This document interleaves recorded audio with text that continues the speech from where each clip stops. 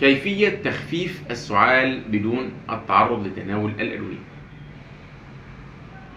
ترطيب بشرب السوائل بكثرة، ترطيب الحلق. 2. استنشاق البخار الساخن. 3. تناول ملعقة من العسل قبل النوم. 4. الغرغرة بماء وملح. 5. عدم التعرض للهواء البارد والدخان والأتربة. 6. تناول المشروبات الدافئة والراحة.